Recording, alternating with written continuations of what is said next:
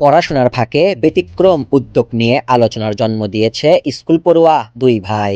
অল্প জায়গা, সীমিত খরচ আর অদম্য ইচ্ছে শক্তিকে পুঁজি করে নিজ বাড়ির ছাদে গড়ে তুলেছেন টার্কিশ দুম্বা ও উন্নত জাতের ছাগলের খামার। প্রমাণ করেছেন, ইচ্ছা থাকলে বয়স কোনো বাধা নয়। শহরের সেউজগাড়ি এলাকায় প্রায় ২.৫ বছর আগে নিজ বাড়ির ছাদে এসবিএম অ্যাগ্রো নামে ছাগল ও দুম্বা পালন শুরু করেন সোয়াইব বিন মোস্তফা ও তার ভাই সালে বিন মোস্তফা। শুরুটা ছিল মাত্র এক জোড়া দুম্বা দিয়ে। এখন সংখ্যা বেড়েছে।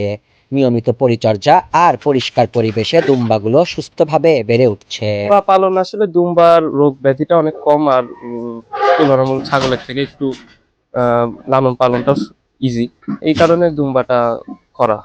স্কুল শেষে প্রতিদিন ছাদে গিয়ে দুম্বা ও ছাগলের দেখভাল করে দুই ভাই। পড়াশোনার ক্ষতি না করে সময় ব্যবস্থাপনার বাস্তব শিক্ষা দিচ্ছে এই খামার। পরিবারের সহযোগিতায় ঈদকে সামনে রেখে দুটি টার্কিশ দুম্বা অগ্রিম বিক্রি হয়েছে ৩,৯০,০০০ টাকায়।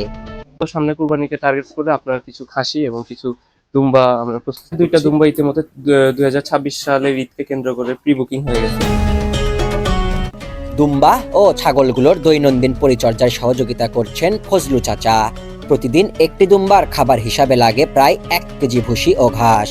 লালন পালনের কারণে পশুগুলোর সঙ্গেও তৈরি হয়েছে মায়ার সম্পর্ক।